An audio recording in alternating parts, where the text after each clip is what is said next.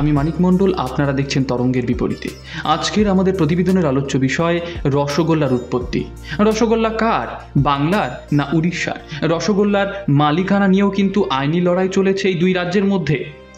মঙ্গল কাব্যগুলোতে প্রচুর পরিমাণে খাবার দাবারের উল্লেখ থাকলেও রসগোল্লার কোনো উল্লেখ পাওয়া যায় না।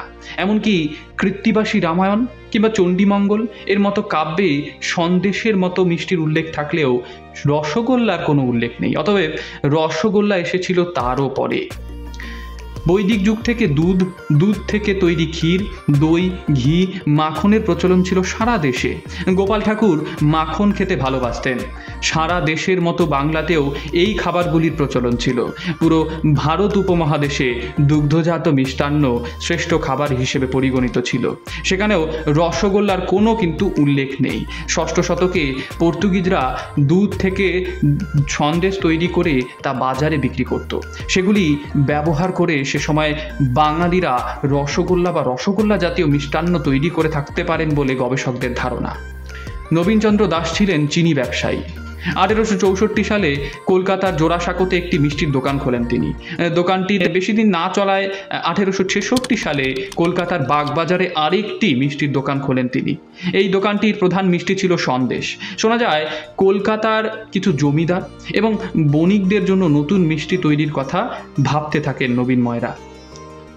এই ভাবনার 2 বছরের মাথায় তৈরি হয় রসগোল্লা। তৈরি না বললে সেটাকে আবিষ্কার বলাটা বেশ ভালো হবে।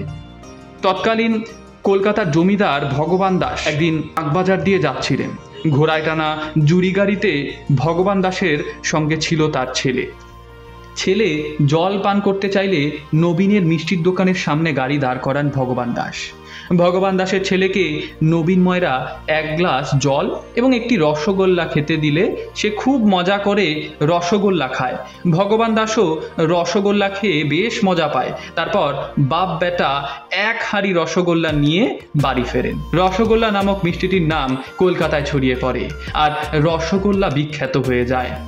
কলকাতার বেনেটোলার সীতারাম ঘোষ স্ট্রিটের দিনু ময়রার পূর্বপুরুষ ব্রজ ময়রা কলকাতা হাইকোর্টের কাছাকাছি তার দোকানে 1866 সাল নাগাদ নাকি রসগোল্লার আবিষ্কার করেন। তারপর থেকে নাকি নবীন ময়রা বানিয়েছিলেন এই আশ্চর্যজনক মিষ্টি। কিছু গবেষক মনে করেন বাংলাদেশের বরিশাল অঞ্চলে প্রথম বানানো হয়েছিল রসগোল্লা। পিরোজপুর এলাকায় কিছু ইউরোপীয় সাহেব এবং ডাচরা থাকতেন। ওই এলাকার ভান্ডারিয়ার ময়রার ছানা, চিনি, দুধ এবং সুজি দিয়ে গোলাকার এক ধরনের মিষ্টান্ন তৈরি করেছিলেন। সেটি ছিল খুব সম্ভবত ক্ষীরমোহন বা রসগোল্লা।